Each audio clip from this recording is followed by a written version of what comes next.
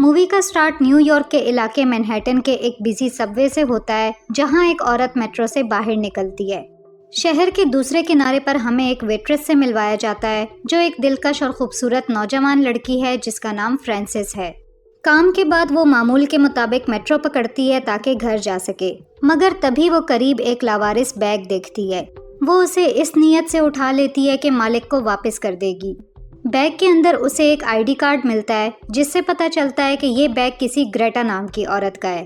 Francis bag वापस करने के लिए लॉस्ट एंड फाउंड ऑफिस जाती है, लेकिन वो ऑफिस बंद होता है। अगले सीन में हम फ्रांसिस को उसके घर पर देखते हैं, जहां वो अपनी बेस्ट फ्रेंड एरिका के साथ रहती है। एरिका तजस्सुस के साथ बैग खोलती है और उसमें पैसे देखती है, और वो कहती है कि वो ये पैसा इस्तेमाल करके स्पा जाने का लुत्फ उठाएं। लेकिन नेक दिल फ्रांसिस इसरार करती है कि वो ये बैग असल मालिक को वापस करेगी। अगले दिन वो आईडी पर लिखे एड्रेस की मदद से ग्रेटा के दरवाजे पर पहुंचती है और अपनी सूरत हाल बयान करती है। ग्रेटा, जो तकरीबन 50 साल की उम्र की एक औरत है, कहती है कि वो अपना पर्स हर जगह ढूंढ रही थी और फ्रांसिस की बेहद शुक्रगुजार है। वो फ्रांसिस को अंदर आने की दावत देती है ताकि वो उसे गर्म चाय पिला सके। अंदर आकर फ्रांसिस बताती है कि वो असल में बॉस्टन से है और हाल ही में यहाँ शिफ्ट हुई है। वो कहती है कि वो शहर में अपनी बेस्ट फ्रेंड के अपार्टमेंट में रह रही है। जब दोनों बातचीत जारी रखती हैं तो पियानो के करीब दीवार से ज़ोर ज़ोर की आवाज़ें आती हैं। ये आवाज़ें ग्रेटा को परेशान करती हैं, इसलिए वो अपने नेबर से कहती है कि आवाज़ें कम रखें। वो दावा करती है कि वो लोग अपने घर को दोबारा तरतीब दे रहे हैं। इसके बाद ग्रेटा बताती है कि उसके हस्बैंड की कई साल पहले एक बीमारी की वजह से मौत हो गई थी। कमरे में उसकी बेटी की पिक्चर भी रखी होती है, मगर वो उसके बारे में ज़्यादा बात नहीं करती। यहाँ ग्रेटा पियानो बजाना शुरू करती है और बताती है कि उसके पास एक कुत्ता भी था जो इसी घर में रहता था, मगर वो मर गया और अब वो अकेली और तन्हा रह गई है। ये सुनकर फ्रांसिस को उस औरत के लिए अफसोस होता है, इसलिए वो उसे नया कुत्ता ढूंढने में मदद देने की ऑफ़र करती है। ग्रेटा का मानना है कि वो अभी इसके लिए तैयार नहीं है, मगर फ्रांसिस उसे अपना फ़ोन नंबर दे देती है ताकि अगर कभी वो अपना इरादा बदले तो राब्ता कर सके। बाद में जब फ्रांसिस घर पर होती है तो अपार्टमेंट का फ़ोन बजता है। वो कोई और नहीं बल्कि ग्रेटा होती है। वो कहती है कि उसने अपना फ़ैसला बदल लिया है और अब वो कुत्ता लेना चाहती है। ग्रेटा फ्रांसिस से पूछती है कि क्या वो वीकेंड पर मिल सकती हैं, जिस पर फ्रांसिस खुशी से हाँ कर देती है। कॉल ख़त्म होने के बाद हम देखते हैं कि एरिका इस मुलाकात के बारे में थोड़ी मशकूक होती है। इसके बाद सीन वीकेंड पर कट होता है, जहां दोनों एक डॉग पाउंड का विजिट करती हैं। यहाँ तमाम कुत्तों को हमेशा के लिए सुला दिया जाता है अगर उन्हें 5 दिन के अंदर कोई गोद ना ले। ग्रेटा पूछती है कि क्या यहाँ कोई कुत्ता है जिसका आज आखिरी दिन है, तो मालिक उसे एक प्यारे और मासूम से कुत्ते की तरफ ले जाता है। ग्रेटा को वो कुत्ता फ़ौरन पसंद आ जाता है और वो उसे गोद ले लेती है। बाद में दोनों एक पार्क में घूमने जाते हैं, जहां फ्रांसिस फ़ोन से ग्रेटा की कई पिक्चर्स खींचती है। ग्रेटा कहती है कि वो टेक्नोलॉजी में अच्छी नहीं है, तो फ्रांसिस उसे सिखाती है कि वो ये पिक्चर्स दूसरों को कैसे भेज सकती है। इसी दौरान फ्रांसिस बताती है कि उसकी माँ 1 साल पहले मर गई थी और ये बात करते हुए वो जज्बाती हो जाती है। ग्रेटा उसे तसल्ली देती है और हौसला अफजाई करती है। उसी रात जब वो घर में होती है तो हमें पता चलता है कि ग्रेटा टेक्नोलॉजी के मामले में बहुत अच्छी है, क्योंकि वो बड़ी बारीकी से फ्रांसिस के सोशल मीडिया को देख रही होती है। अगले जुम्मे को दोनों एक बार फिर मिलती हैं और करीबी चर्च में जाती हैं। बाद में जब वो घर वापस जा रही होती हैं तो ग्रेटा को अपनी बेटी निकोला से फ़ोन पर बात करते हुए दिखाया जाता है। कॉल ख़त्म होने के बाद फ्रांसिस तजस्सुस से निकोला के बारे में पूछती है, जिस पर ग्रेटा दावा करती है कि वो पेरिस में पढ़ रही है। फिर दोनों उसके घर जाते हैं, जहां ग्रेटा खूबसूरती से पियानो बजाना शुरू कर देती है। ग्रेटा एक बार फिर जज्बाती हो जाती है और कहती है कि सब उसे छोड़ जाते हैं, लेकिन फ्रांसिस, जिसे अब इस बड़ी उम्र की औरत से लगाव हो गया है, कहती है कि वो हमेशा उसके साथ रहेगी। कुछ दिन बाद एरिका खुशी खुशी एक पार्टी के लिए तैयारी कर रही होती है और उम्मीद करती है कि उसकी दोस्त भी उसके साथ जाएगी, लेकिन फ्रांसिस माजरत करती है और कहती है कि वो पहले ही ग्रेटा से मिलने का वादा कर चुकी है। इस बात से एरिका को गुस्सा आता है और वो समझती है कि ये सारी सूरत हाल बहुत अजीब है।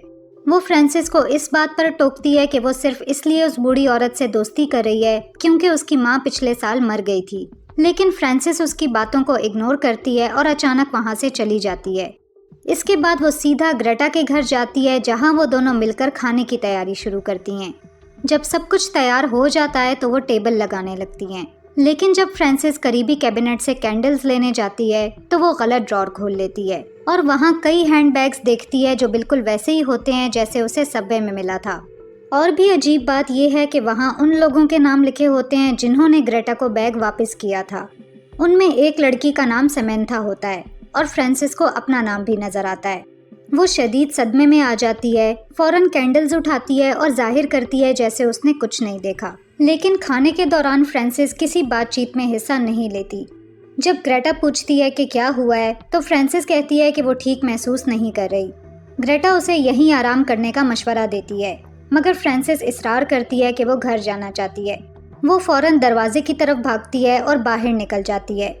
उस रात फ्रांसिस सारी बात अपनी बेस्ट फ्रेंड एरिका को बताती है। उन्हें ये सब कुछ बहुत ही खौफनाक लगता है और वो फैसला करती हैं कि अब ग्रेटा से दूर रहेंगी। बदकिस्मती से अगले दिन जब फ्रांसिस काम पर होती है तो वो ग्रेटा की तरफ से बहुत सारे मैसेजेस और मिस्ड कॉल्स देखती है। एरिका के मुताबिक उसे ये भी पता चलता है कि वो पागल औरत घर के लैंडलाइन नंबर पर तकरीबन 80 बार कॉल कर चुकी है। फिर अचानक मैनेजर फ्रांसिस को बताता है कि कोई उससे मिलने आया है। वो कोई और नहीं बल्कि ग्रेटा होती है। फ्रांसिस अपने मैनेजर से मिन्नत करती है कि वो ग्रेटा को वापस भेज दे, लेकिन खड़ूस बॉस बहुत बिजी होता है, इसलिए फ्रांसिस हिम्मत जमा करती है और उस अजीब औरत का सामना करती है। ग्रेटा मामूल के मुताबिक मीठे लहजे में बात करने की कोशिश करती है, लेकिन फ्रांसिस सीधी बात पर आती है और ग्रेटा को उसके फरेब पर टोकती है। वो बताती है कि उसे ड्रॉर में कई बैग मिले और उनमें से एक पर उसका अपना नाम भी लिखा था। ये सब सुनकर ग्रेटा अपनी सफाई देने की कोशिश करती है, लेकिन फ्रांसिस कुछ नहीं सुनती और फौरन वहां से चली जाती है। उस रात उसे उस पागल औरत की तरफ से मुसलसल मैसेजेस और कॉल्स आती रहती हैं। सुबह के वक्त फ्रांसिस एक वॉइस मैसेज सुनती है जिसमें ग्रेटा माफ़ी मांगती है और कबूल करती है कि उसने जो कुछ किया वो गलत था, लेकिन वो ये भी दावा करती है कि उसने ये सब कुछ तन्हाई की वजह से किया, क्योंकि उसका शौहर मर चुका है और उसकी बेटी भी अब उसके पास नहीं है। तभी काम के दौरान जब फ्रांसिस एक कस्टमर को ड्रिंक पेश करने ही वाली होती है तो वो अचानक सड़क के किनारे ग्रेटा को खड़ा देखती है।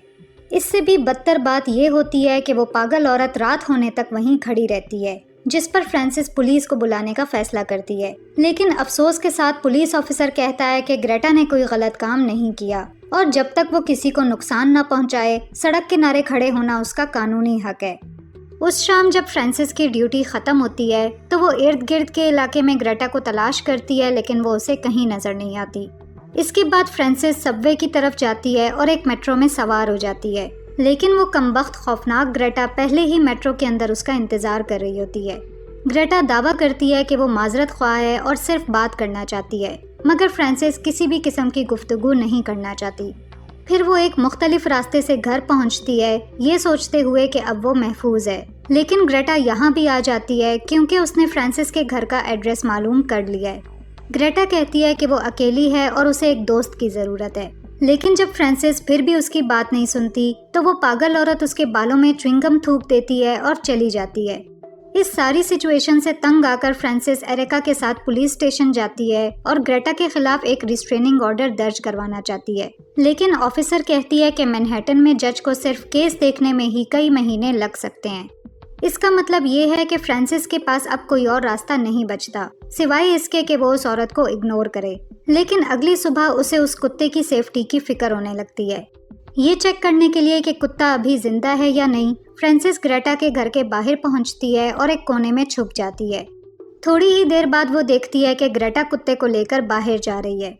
फिर वो कूड़ेदान के अंदर एक वापस लौटा हुआ खत देखती है जो निकोला को भेजा गया था। उस पर लिखे एड्रेस से पता चलता है कि निकोला ब्रुकलिन में रहती है, जो कि ग्रेटा के दावे के बिल्कुल खिलाफ है। फ्रांसिस वक्त ज़ाया किए बगैर निकोला को एक वॉइस मेल भेजती है, इस उम्मीद के साथ कि वो मुलाकात करके इस सूरत हाल पर बात कर सकेंगी। एक रात जब फ्रांसिस काम से घर वापस आती है तो उसे पता चलता है कि एरिका किसी पार्टी के लिए जा चुकी है। जगह गैर मामूली तौर पर सुनसान होती है, जिसकी वजह से वो कुछ खौफजदा महसूस करती है। इसी वक्त उसके डैड की कॉल आती है जो उससे पूछता है कि वो कैसी है। यहाँ पता चलता है कि फ्रांसिस की अपनी माँ की मौत के बाद अपने मसरूफ़ बाप से ज़्यादा अच्छी नहीं बनती और शायद इसी वजह से वो अकेली रहने के लिए न्यूयॉर्क आई। फिर भी उसका बाप उसका बहुत ख्याल रखता है और उसके साथ होने के लिए कुछ भी करने को तैयार है। उनकी बातचीत अचानक उस वक्त रुक जाती है जब फ्रांसिस को ग्रेटा की तरफ से एक मैसेज आता है। शदीद खौफ के आलम में वो देखती है कि वो पागल औरत अब एरिका का पीछा कर रही है और उसने उसकी एक पिक्चर भेजी है। फ्रांसिस फौरन अपनी दोस्त को कॉल करती है और उसे सूरत हाल से आगाह करती है। एरिका को वो औरत कहीं नजर नहीं आती, लेकिन फिर भी वो एहतियातन उस जगह को छोड़ने का फैसला करती है, लेकिन ग्रेटा चुपके चुपके उसकी पिक्चर्स खींचती रहती है। फ्रांसिस को ये सारी पिक्चर्स अपने फ़ोन पर रिसीव होती हैं, जिससे वो और भी ज़्यादा परेशान हो जाती है। एक मौके पर एरिका एक पब्लिक बस में सवार होती है, लेकिन फ्रांसिस को एक और पिक्चर मिलती है जो जाहिर करती है कि वो पागल औरत भी उसी बस में मौजूद है। आखिर एरिका को भी वो औरत नज़र आ जाती है, मगर वो फ़ौरन बस से उतर जाती है। एरिका सड़क पर भी ग्रेटा को देखती रहती है, लेकिन ये कशीदा सूरत हाल उस वक्त ख़त्म हो जाती है जब फ्रांसिस एक टैक्सी में अपनी दोस्त को लेने पहुंचती है। अगले दिन फ्रांसिस को आखिर वो फ़ोन कॉल रिसीव होती है जिसका वो बेचैनी से इंतज़ार कर रही थी। ये कॉल उस पागल औरत की बेटी निकोला की तरफ से होती है, लेकिन जब वो मुलाकात की जगह पहुंचती है तो वहाँ एलेक्सा नामी एक औरत उसका इंतज़ार कर रही होती है। ये औरत बताती है कि निकोला ने दरअसल 4 साल पहले अपनी माँ के जालिमाना रवैये की वजह से खुदकुशी कर ली थी और वो कभी भी पेरिस में तालीम हासिल नहीं कर रही थी। एलेक्सा उसकी काउंसलर थी क्योंकि निकोला शराब नोशी की लत में मुब्तला थी। एलेक्सा मजीद बताती है कि ग्रेटा एक जहनी मरीज़ा है जो अपनी बेटी को एक डब्बे में बंद करके रखती थी। उसी दिन बाद में जब फ्रांसिस काम पर होती है तो उसके बाप का फ़ोन आता है और वो बताता है कि एरिका ने उन्हें सब कुछ बता दिया है और वो फ्रांसिस को खबरदार करते हैं कि वो मोहतात रहे। लेकिन फिर अचानक ग्रेटा वहाँ आ जाती है क्योंकि उसने पहले से एक टेबल बुक करवा रखी होती है। फ्रांसिस अपने बॉस से कहती है कि वो उसे बाहर निकाल दे, लेकिन बदतमीज़ बॉस एक कस्टमर के साथ ऐसा करने से इनकार कर देता है। मजबूरन बेचारी फ्रांसिस मान जाती है और उस पागल औरत को सर्व करने चली जाती है। वो अपना काम करने की कोशिश करती है, लेकिन ग्रेटा जिद करती है कि वो सिर्फ बात करना चाहती है। फ्रांसिस इनकार कर देती है और इसी वक्त ग्रेटा गुस्से में आकर उस पर हमला कर देती है। सूरत हाल तभी काबू में आती है जब रेस्टोरेंट के कई एम्प्लॉयज़ उसे पकड़ लेते हैं। बाद में पुलिस मौके पर पहुंचती है और ग्रेटा को अपने साथ ले जाती है, लेकिन अगली ही सुबह उसे हिरासत से रिहा कर दिया जाता है, जो कि बहुत अजीब होता है। इसी वक्त एरिका एक प्लान बनाती है और वो ये है कि ग्रेटा को स्लो फेड टेक्निक के ज़रिए इग्नोर किया जाए। वो मशवरा देती है कि फ्रांसिस ग्रेटा से माफ़ी मांगे और ये जाहिर करे कि मसला ग्रेटा नहीं बल्कि वो खुद है, और ये दिखाए कि इस वक्त उसे अपनी ही कुछ परेशानियां संभालनी हैं। फिर दोनों दोस्त मेक्सिको छुट्टियां मनाने जा सकती हैं और जब तक वो वहाँ पहुँचेंगी ग्रेटा किसी और के साथ आगे बढ़ चुकी होगी। इस मशवरे पर अमल करते हुए फ्रांसिस उसी चर्च में ग्रेटा के पास जाती है और उससे माफ़ी मांगती है। वो दिखावे के अंदाज में कहती है कि उसे नज़रअंदाज करने पर अफसोस है और दावा करती है कि वो बस अपनी माँ की हालिया मौत की वजह से परेशान थी। फ्रांसिस ये भी कहती है कि वो कुछ वक्त के लिए कहीं जा रही है ताकि अपना जहन साफ कर सके। ग्रेटा उसकी सूरत हाल को समझती है और रवानगी से पहले उसे गले लगा लेती है। अगले सीन में हम देखते हैं कि ग्रेटा एक प्याले में दूध के साथ कुछ केमिकल मिला रही है। फिर वो ये दूध अपने कुत्ते को पिलाती है जो खुशी से उसे पी लेता है। दूसरी तरफ फ्रांसिस शहर में साइकिल चलाने के बाद घर पहुंचती है। वो बेफिक्री से एक कप कॉफ़ी बनाती है और पी लेती है, लेकिन कुछ ही देर बाद उसे चक्कर आने लगते हैं और वो ज़मीन पर गिर जाती है। इसी दौरान वो देखती है कि ग्रेटा उसकी तरफ आ रही है। वो पागल औरत फ्रांसिस को घर से घसीट कर बाहर ले जाती है और उसे एक टैक्सी में बिठा देती है, ये जाहिर करते हुए कि वो बीमार है। जब वो ग्रेटा के घर पहुंचते हैं तो फ्रांसिस देखती है कि कुत्ता फर्श पर बेहोश पड़ा है। फिर ग्रेटा एक खुफिया दरवाज़ा खोलती है जो दरअसल पियानो के पीछे होता है और उसे अंदर ले जाती है।